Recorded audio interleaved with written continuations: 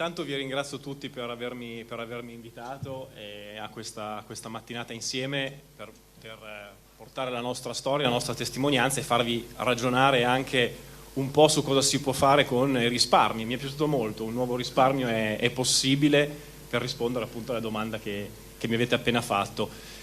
Quello che vi posso dare è la mia esperienza anche nell'aver fondato la società che ho creato una decina d'anni fa, che si specializza appunto in investimenti sostenibili ad impatto sociale e ambientale. La domanda è perché l'ho fatto, no? Essenzialmente, cioè chi me l'ha fatto fare? Che penso che in questo contesto, viste le domande che sono state poste, la risposta sia importante. Uno dei motivi perché, avendo lavorato per tanti anni, una decina d'anni prima, nella finanza tradizionale, quello che sentivo come un desiderio impellente, era riuscire a fare investimenti, ma che avessero anche un riscontro sociale e ambientale positivo. E dall'altra anche sapere esattamente dove vanno a finire i soldi. Quindi penso che avere questa trasparenza di obiettivi e poi di risultati, non solo finanziari, quindi non solo rischio rendimento, che è molto importante, ma anche aspetto sociale, ambientale e di buon governo, tutto insieme.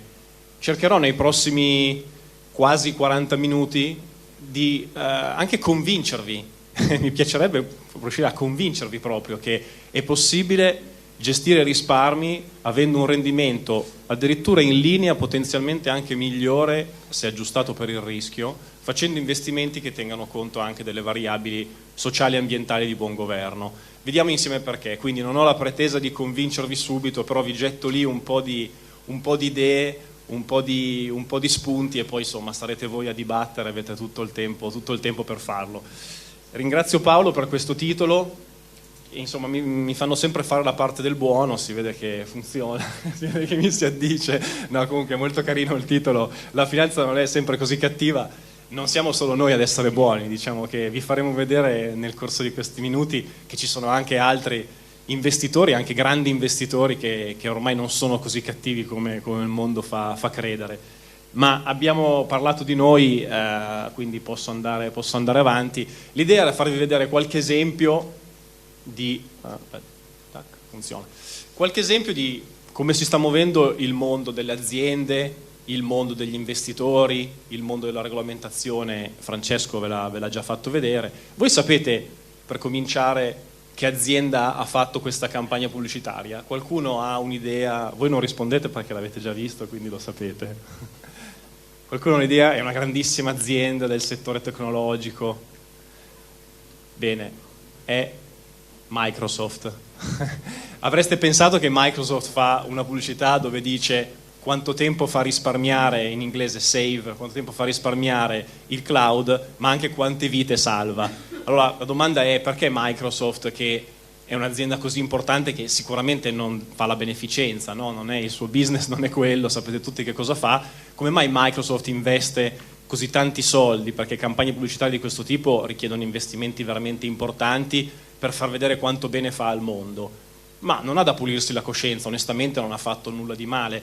Ma la domanda ha una risposta molto semplice, perché sa che i consumatori, perché tutte le ricerche di mercato stanno dicendo che i consumatori sono sempre più attenti a questi aspetti, aspetto sociale, aspetto ambientale e così via. Ma giusto per darvi un riscontro di come funzionava, no, scusate, ho un po' di problemi con il devo puntare, ecco perché. Va, ce l'abbiamo fatta. Ecco, ok. Beh, vi faccio vedere che tipo di pubblicità faceva Microsoft negli anni 90. Questo fa un po' ridere.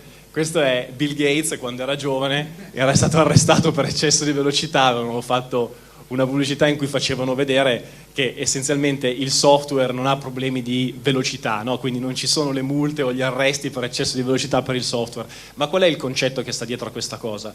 Il concetto è che allora era tutto basato sulla performance, quindi la performance era la cosa più importante e unica che comunque il consumatore guardava. Oggi si guarda molto anche la dimensione sociale e ambientale, e questo è cambiato molto. Venendo alle ricerche, non è ovviamente solo Microsoft che lo dice, ci sono grandi player come Unilever piuttosto che Nielsen, una delle più grandi società di raccolta dati a livello internazionale, che dicono che addirittura un terzo dei consumatori oggi al mondo, nel fare le proprie scelte di acquisti, tiene in considerazione anche quanto quel brand è forte da un punto di vista sociale e ambientale, quindi quanto fa anche bene al mondo. Ma la cosa interessante è non tanto vedere la percentuale, ma perché? Cioè perché quando andiamo al supermercato cerchiamo sempre di più il cibo biologico, che cresce addirittura in una cifra del 10% all'anno rispetto al resto del cibo, che ovviamente cresce molto meno, ma perché siamo attenti a vedere quello che c'è sulle etichette, perché siamo attenti e incominciamo a comprarci macchine elettriche se possiamo, e così via. Sono tante cose, no? Perché lo facciamo? Essenzialmente per due motivi, ma uno, perché stare attenti all'ambiente e al sociale non è solo altruismo, è anche un po' egoismo, nel senso che vogliamo essere noi stessi a sapere cosa mettiamo nel nostro corpo e non vogliamo respirare dell'aria cattiva. Quindi questa è una domanda che per chi se lo può permettere, ovviamente i paesi che se lo possono permettere, è diventata una domanda e una risposta attualissima. Ma poi anche perché comunque c'è un desiderio di contribuire, per cui compro quel brand che so che comunque mi dà un ruolo nella società positivo. Non c'è più tanto la voglia di comprare quei brand che so che inquinano, che fanno male, non mi fa sentire bene. Questo è il 30% della domanda. Molto importante è anche quello che dicono le ricerche, che le aziende poi si comportino come promettono. Cioè la cosa peggiore forse che può succedere è che un'azienda faccia una pubblicità per dire sono sostenibile e poi dopo si comporta all'opposto, viene fuori lo scandalo, non funziona. Questo è ancora peggio che non fare niente, quindi l'ipocrisia viene assolutamente massacrata in questo ambito, per cui comportarsi bene ma poi anche seguire la promessa. Dopodiché guardiamo come è cambiato il mondo anche nel risparmio. Francesco vi ha fatto una disamina assolutamente approfondita, richiamo solamente un concetto, guardate il passaggio dagli anni 90 all'anno attuale, no? Quindi avete visto più o meno investimenti sostenibili, anche diciamo quelli proprio la versione più semplice, già rappresentano più o meno un terzo degli investimenti globali. Ecco, la curiosità è che quel terzo è lo stesso un terzo che avete visto prima nei consumi, cioè quando io vado al supermercato, quando voi andate al supermercato, fate gli acquisti con attenzione, siamo sempre le stesse persone che anche poi vogliono avere cognizione dei loro risparmi. Non è che quando compro una macchina sono attento al fatto che non inquini, ma dall'altra poi quando investo voglio inquinare. No, le due cose sempre si devono parlare, per cui mi piace questo dato, è molto uguale a se stesso, racconta bene la storia.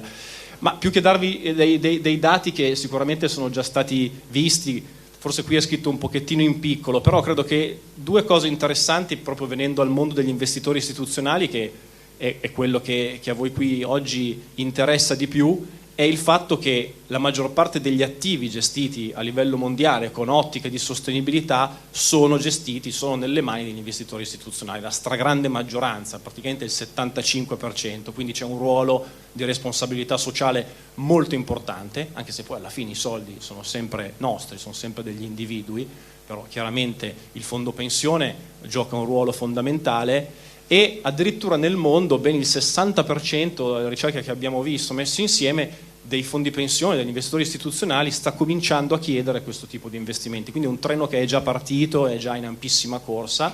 I temi più interessanti li vedete in basso, sicuramente quelli legati all'ambiente, sicuramente quelli legati alla salute, sicuramente legati all'accesso al credito, quindi intermediari che facciano bene il loro lavoro e così via, ma sono temi normalissimi di tutti i giorni con i quali si possono benissimo costruire portafogli senza dover fare cose assolutamente strane. Aspetta un attimo perché vedo che qualcuno fa qualche foto, il che mi riempie di orgoglio perché vuol dire che le slide piacciono e i dati sono utili. Poi comunque magari potremo anche mettere a disposizione qualche immagine. Ma volevo raccontarvi una storia legata a uno strumento in particolare perché credo che sia una bella sintesi di quello che sta succedendo nel mondo. Forse avete letto sui giornali di questi tempi le famose obbligazioni verdi, i famosi green bond.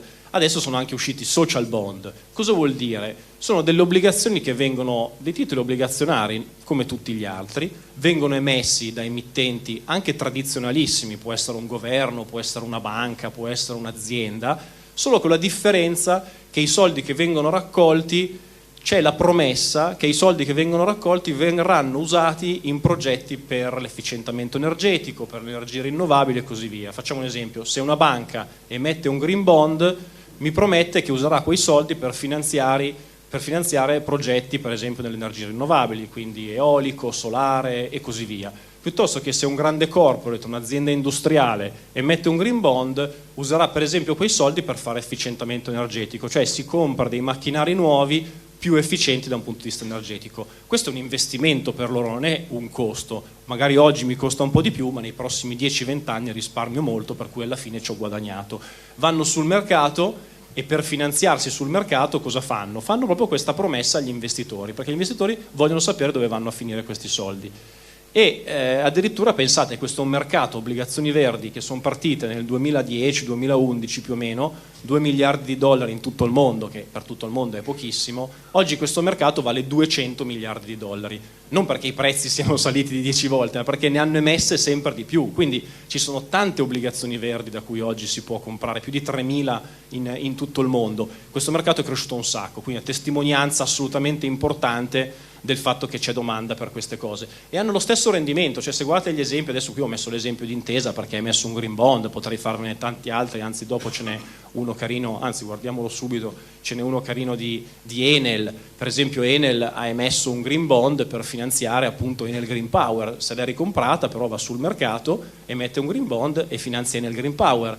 Ha lo stesso rendimento delle obbligazioni dell'Enel, quindi io posso decidere come investitore se comprarmi l'obbligazione generalista di Intesa, di Banca Intesa, se comprarmi l'obbligazione generalista di Enel o se comprarmi l'obbligazione green, sapendo che quei soldi andranno esattamente in quei tipo di progetti, con lo stesso rendimento.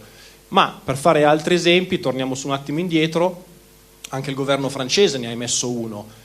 Stiamo tutti aspettando che anche il governo italiano emetta un bel green bond, però possiamo dire che comunque siamo stati tra i precursori in Italia, di questo essere abbastanza orgogliosi, nelle obbligazioni invece sociali, cioè di quei 200 miliardi di emissioni green, in complessivo green e sociali, ci sono ben un 10% che invece sono social, cioè utilizzo i capitali che raccolgo non per progetti ambientali ovviamente, ma per progetti sociali. Un esempio, Cassa Depositi e Prestiti, che è un po' la banca di sviluppo del governo italiano, quindi ha un rating molto simile a quello del governo italiano, stesso profilo di rischio e così via, oggi anche abbastanza un buon reddito, visto il rischio percepito del paese Italia all'estero. Cosa ha fatto CDP, Cassa Depositi e Prestiti? Ha emesso un'obbligazione per finanziare le piccole e medie imprese nelle aree terremotate in Italia. Quindi va sul mercato, ha raccolto $500 milioni, con quei soldi finanzia delle banche, con la promessa che le banche finanzino piccole e medie imprese nelle aree terremotate o nelle aree disagiate. Quindi vedete,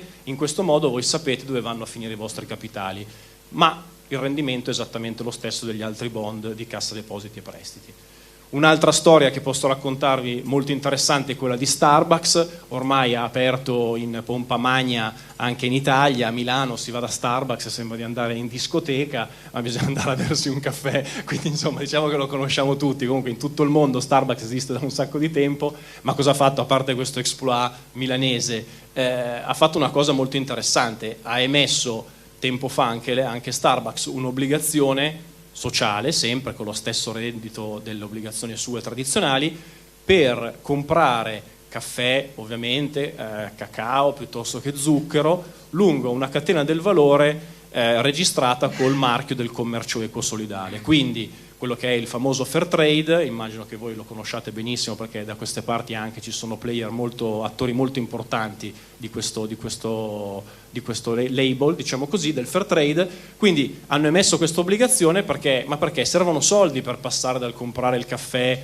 in certi posti piuttosto che un po' sfruttando la catena produttiva, chi più chi meno. In passato un po' la sfruttavano, infatti è venuto fuori un grande scandalo e poi da lì si sono mossi. Tante volte questa è un po' la cosa che dà il là, però bene così, almeno hanno sistemato la cosa e quindi hanno deciso di andare a cambiare i loro fornitori, far sì che i loro fornitori si facessero certificare secondo le regole del fair trade e così via. Vuol dire cambiare completamente la catena produttiva di un'azienda di questa dimensione, è un investimento impressionante, però l'hanno fatto, ci hanno messo 10 anni ma piano piano l'hanno fatto, finanziano addirittura i loro fornitori per mettersi a posto secondo queste regole e se non rispettano queste regole, bene, il fornitore non fa più parte della catena del valore di Starbucks. Si possono comprare questo tipo di obbligazioni, giusto per darvi un po' di idea di come funziona questo mondo.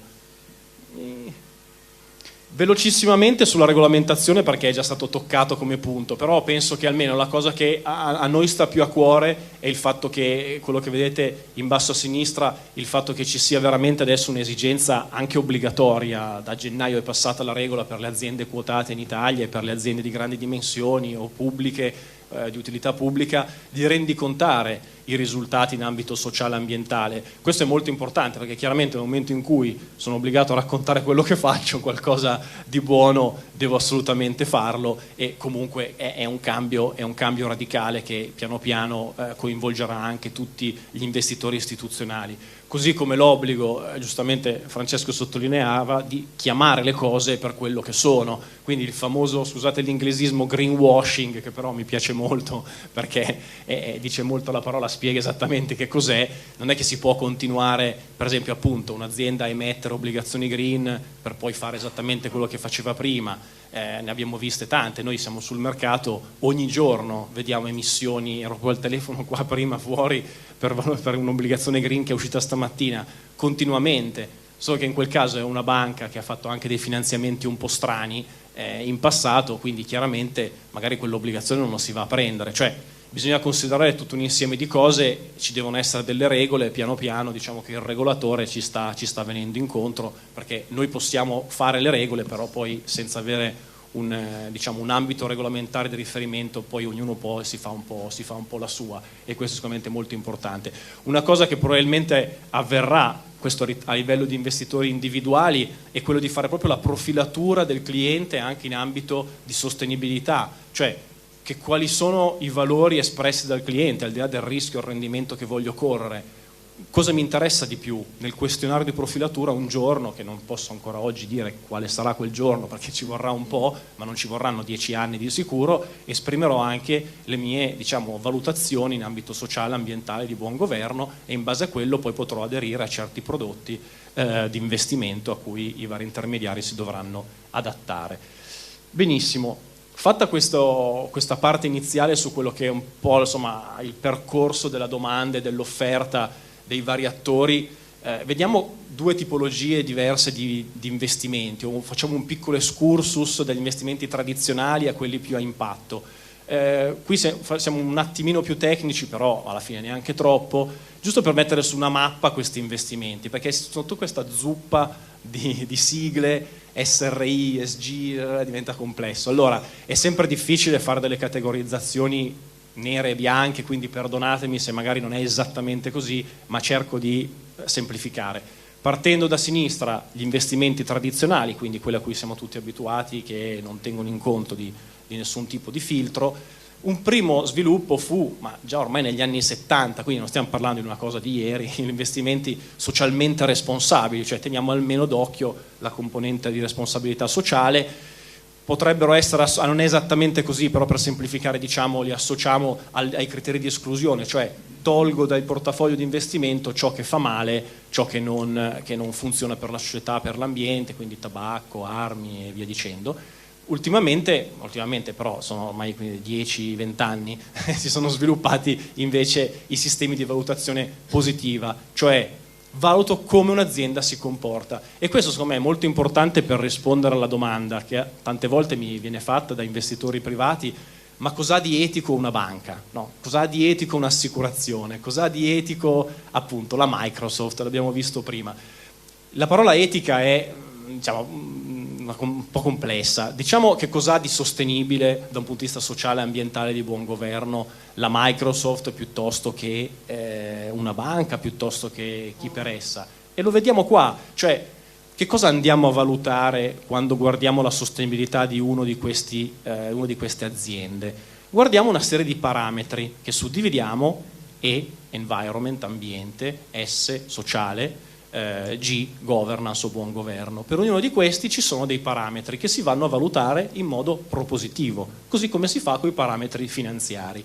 Per cui andremo a vedere a livello di environment come quell'azienda se ha e come adotta politiche ambientali, cioè fa l'efficientamento energetico, consuma dell'acqua, quanto ne consuma rispetto a un indice di mercato, rispetto ai suoi concorrenti, è attenta allo smaltimento dei rifiuti o sta per prendersi delle multe catastrofiche in questo ambito, il che ovviamente poi si riverbera nel prezzo, piuttosto che da un punto di vista sociale come tratta la catena del valore. L'abbiamo visto prima, va ad approvvigionarsi delle materie prime sfruttando, distruggendo, per cui magari fa un bel margine nei prossimi 2 mesi, 6 mesi, scusate, un anno, ma poi dopo, fra un anno, 2, 3 anni, avrà dei problemi enormi, in quale vogliamo essere investiti. Quindi queste sono le cose che guardiamo, non si va ovviamente solo dall'estremo della catastrofe all'estremo del perfetto, ci sono tutta una serie di sfumature di grigio intermedie che però si possono valutare con grande attenzione, come tratta le comunità locali, ma anche come tratta i dipendenti, le persone che lavorano in aziende. Sono contente? Sono trattate bene? Producono meglio? Queste sono le cose ovviamente che guardiamo, dopo che guardano tutti quelli che fanno questo mestiere.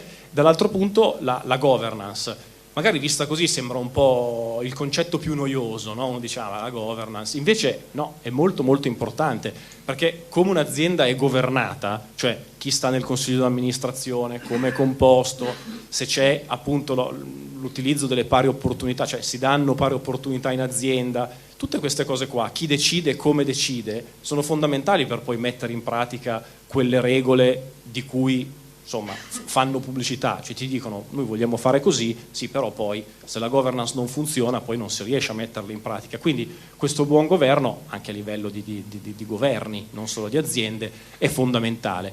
Ma vediamo anche quello che è un investimento invece ad impatto. Quindi abbiamo detto investimenti tradizionali, social responsible, ESG, ESG e poi il famoso impact investing, investimenti a impatto. Diciamo che c'è una dinamica in più. Qui ho fatto l'esempio della componente sociale, giusto per renderlo un po' facile da capire.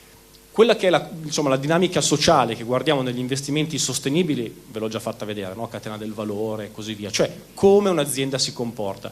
Se poi voglio vedere se ha anche un impatto positivo, per esempio in ambito sociale, guardo anche l'azienda cosa fa, quindi non solo come ti comporti, ma poi vado oltre, guardo anche che prodotto o servizio produci. Chiaramente qui entreremo in un ambito un po' più di nicchia, quindi guarderemo quelle aziende che finanziano, per esempio le aziende del credito che finanziano solo le piccole imprese, piuttosto che l'ambito del social housing, quindi le infrastrutture sostenibili da un punto di vista sociale e economico. Nel campo del food, del cibo, guarderemo il cibo biologico. Nel campo della salute, quelle aziende che hanno cure innovative per risolvere le principali cause di morte al mondo e così via. Quindi quello che voglio dire è che ci sono diverse sfumature di queste tipologie di investimenti e si può scegliere dove posizionarsi. Quindi sulla mappa di prima, da una semplice esclusione, quindi almeno integrare qualcosina, al guardare il comportamento delle aziende, premiando quelle virtuose e avendo di più di quelle virtuose in portafoglio, fino addirittura a scegliere quelle aziende che abbiano anche un prodotto o un servizio che addirittura risolve un problema sociale e ambientale. Si può creare un mix un po' di tutte queste cose. A volte proprio non. Ma guardiamo due cose che penso vi interessino tutti, e qui entriamo nel caldo della conversazione: il rischio e il rendimento, perché vi farò vedere alcune immagini che dimostrano quello che stiamo dicendo. Cioè, guardiamo prima l'ambito del rischio, perché se forse è ancora difficile provare da un punto di vista proprio statistico la superiorità dell'investimento sostenibile rispetto al tradizionale, anche se noi a guardare in avanti ne siamo fermamente convinti, quello che però possiamo provare in maniera molto forte è che aiuta a gestire meglio il rischio. Molto semplicemente, dopo faremo un po' di esempi che vi fanno vedere perché e ve lo dimostrano. Ci sono tantissime ormai ricerche e studi a livello di industria che dimostrano che utilizzare le variabili ambientali, sociali di buon governo aiuta a migliorare la valutazione del rischio di un'azienda. Anche perché una delle cose che è stata notata è che tendenzialmente le aziende che si comportano in maniera virtuosa, cioè stanno molto attente all'ambito sociale e ambientale di buon governo, tendono a migliorarsi. Quindi è difficile vedere un'azienda che parte bene e finisce male, tendenzialmente è proprio l'opposto. Si vede magari l'azienda che è scarsa dal punto di vista environment, social and governance e va peggiorando, oppure va poi migliorando. Però è difficile che un'azienda forte poi diventi peggiore. Quindi chiaramente si va a comprare qualità. Questa è una cosa molto importante, ti aiuta a misurare, a valutare il rischio e a comprare qualità. Da un punto di vista di rendimenti, questi due grafici, uno dirà non si riescono a distinguere, sì, appunto, è esattamente il punto della cosa, far vedere. Qui non abbiamo messo un portafoglio gestito da noi o da altri, questi sono indici di mercato, no? È un portafoglio bilanciato o meglio un insieme di indici che creano una strategia di investimento bilanciata, quindi è il mercato, obbligazionaria, azionaria insieme, e vi fa vedere come un indice sostenibile, o meglio un portafoglio fatto di indici sostenibili e un portafoglio fatto di indici non sostenibili parlano esattamente la stessa lingua, quindi quello sostenibile sta sopra, quello non sostenibile sotto, ma più o meno sono molto allineati. Per cui almeno quello che vogliamo dire è che non si va almeno a perdere rendimento. Questo è uno dei miti che vogliamo costantemente sfatare. 2 miti vogliamo sfatare. Il primo, che si perde rendimento, e il secondo, che bisogna aspettare 1000 anni. Non è vero, perché si vanno tendenzialmente a comprare aziende di qualità molto elevata, quindi è chiaro, magari in un momento di mercato sono più care delle altre, ma è una questione temporanea, non è detto che se si investe in maniera sostenibile si abbia meno rendimento piuttosto che bisogna aspettare di più. E come tutti gli altri investimenti poi bisogna trovare la qualità del gestore. Ma ci sono addirittura aree un po' di nicchia, vi ho messo poi relativamente di nicchia perché ormai il comparto ambientale, vi ho messo qua un indice ambientale rispetto all'indice tradizionale azionario globale e addirittura però questo non stupisca nessuno, quelle aziende che hanno una buona fetta dei propri ricavi che derivano dal comparto ambientale, quindi che fanno efficientamento energetico e tutte le cose che abbiamo raccontato prima, tendenzialmente hanno performato meglio degli indici tradizionali. Magari sono state un pelo più volatili, però alla lunga hanno performato meglio. Ma perché?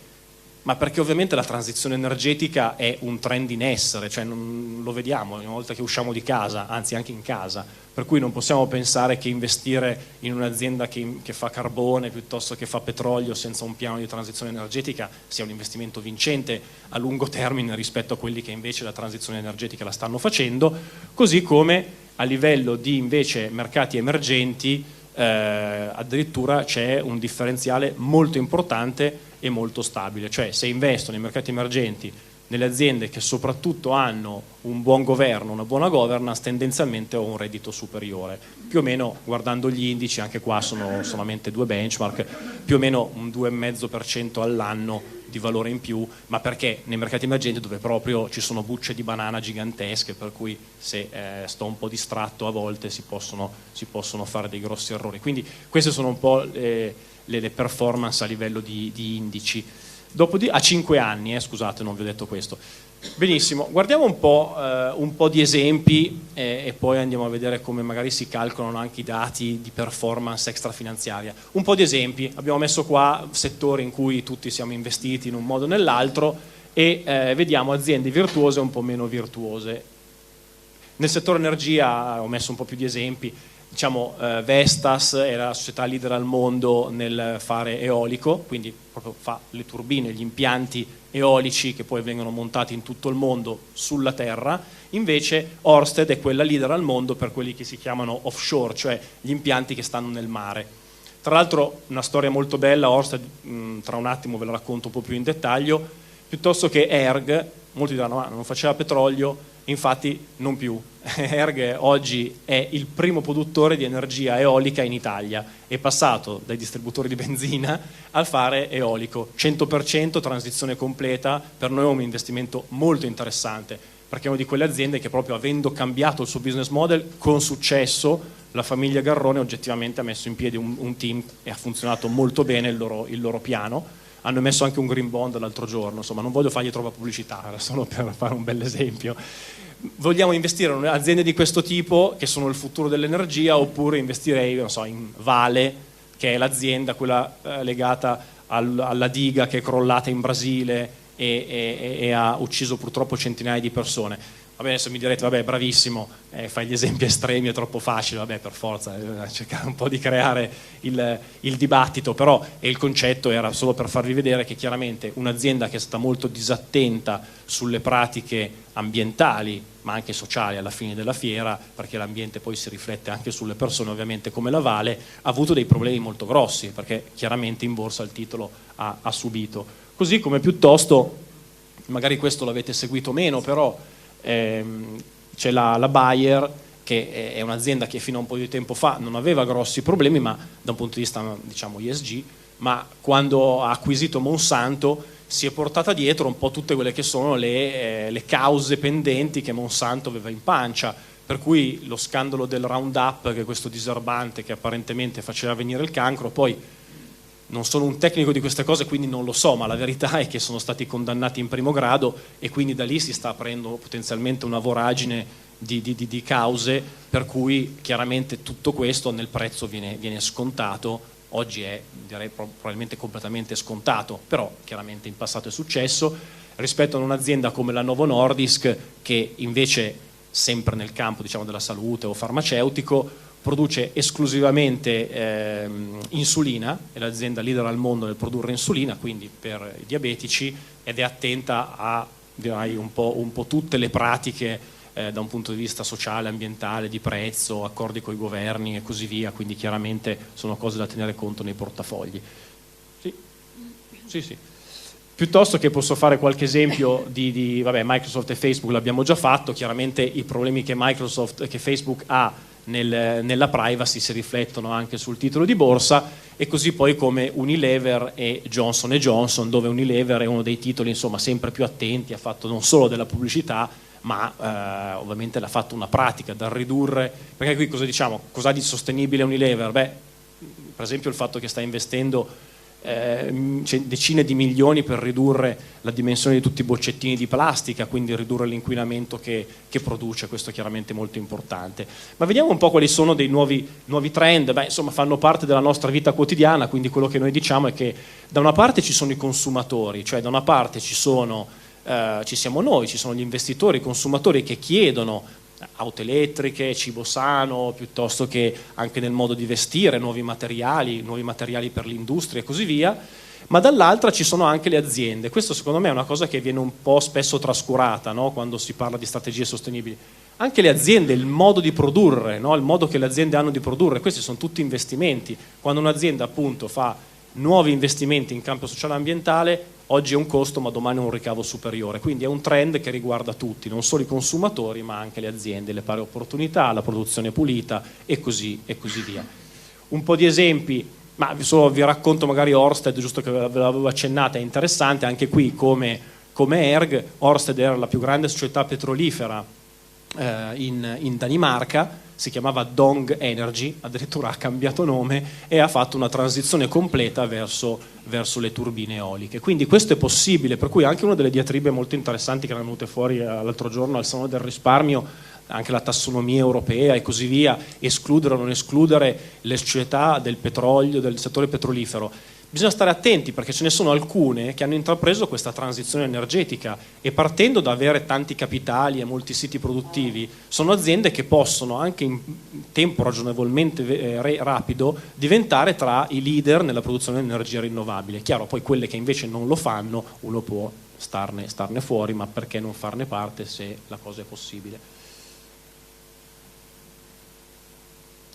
Volevo solo farvi vedere, ecco, qui non è per fare pubblicità ai gestori, però giustamente mi era stato chiesto facciamo vedere chi è che fa questo tipo di investimenti. Beh, la risposta è molto semplice. Adesso qui ho messo dei brand che assolutamente non vogliono rappresentare una classifica, l'ordine è totalmente casuale, non avevo tempo di metterli in ordine alfabetico se non avrei fatto così, ma il discorso è che ci sono più o meno ormai tutti i grandi gestori che offrono strategie di investimento sostenibili. La grande distinzione, a nostro avviso, sta tra quelli che, qui se volete un po' la cosa sintetizza e chiudo questo aspetto, la grande distinzione sta tra quelli generalisti e quelli tematici, cioè quando andate a costruire un portafoglio di questo tipo si può avere o un approccio generalista, quindi continuare a fare strategie di investimento azionarie globali, bilanciate, obbligazionarie e così via, ma che integrano al loro interno nei diversi modi dei fattori ambientali, sociali, di buon governo,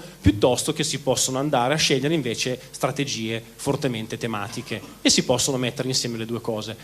Ci sono gestori che sono specializzati nelle une, le prime, quelle generaliste, di solito i grandi nomi, e nelle tematiche invece tendenzialmente gestori un pochettino più di nicchia, un po' più specialisti, ma con tanti anni di track record. Quindi oggi onestamente si può veramente comporre un buon portafoglio con l'insieme delle due. Ci sono poi all'interno delle generaliste tanti modi diversi di fare l'integrazione, questo poi se volete è una cosa che si può approfondire, diventa un po' tecnico, un po' complicato. Quello che a noi piace anche molto per esempio è l'engagement, forse una cosa di cui si tratta poco, che è il fatto che cosa fa l'investitore come azionista, va in assemblea e vota anche perché vengano poi promosse le buone pratiche, perché fa valere il suo diritto di voto. Chiuderei solo con un piccolissimo excursus su quello che è la misurazione di questi parametri ambientali, sociali e di buon governo, perché alla fine nella pratica pensiamo che sia molto importante porsi degli obiettivi chiari e poi una volta che li si è raggiunti, sperabilmente anche rendicontarli. Quindi è molto importante dire se il mio obiettivo è rendimento X o tra X e Y e rischio di questo tipo, posso anche darvi degli obiettivi di rendimento in ambito sociale, ambientale e di buon governo. Come lo facciamo? Ci sono delle metriche. Ora, alcune sono più avanzate, altre sono un po' meno avanzate e sono in fase di elaborazione, però assolutamente oggi si può fare. Prendiamone una su tutte, la CO2, quindi quanto inquina il mio portafoglio, cioè quanto inquinano le aziende che stanno nel mio portafoglio. Si può benissimo prendere i dati di consumo energetico delle aziende nelle quali io ho investito tramite il portafoglio, confrontarlo con il benchmark, quindi con l'indice di riferimento, e quindi riportare per esempio il risparmio in termini di CO2 che si è avuto facendo quell'investimento, cioè sono stato bravo, ho fatto rendimento e ho anche ridotto l'inquinamento, così come si può far vedere altre metriche che sono quelle che vi abbiamo messo qua. Per farla semplice, a volte noi facciamo vedere il risparmio energetico, il risparmio di CO2 in termini di quanti viaggi in automobile da Milano a Roma sono stati fatti, perché onestamente io una tonnellata di CO2 non la so fisicizzare, quindi si usano metriche un po' più facili. Per cui, giusto per concludere, direi che la cosa interessante è che oggettivamente ormai c'è là fuori un mondo che fa investimenti sostenibili molto ben strutturato, col quale si può lavorare, gestire meglio il rischio dei portafogli e allo stesso tempo poi riportare anche delle metriche di risultati anche in ambito sociale e ambientale. Chiaramente è una cosa che va fatta con attenzione, è un mondo che va capito e studiato molto bene.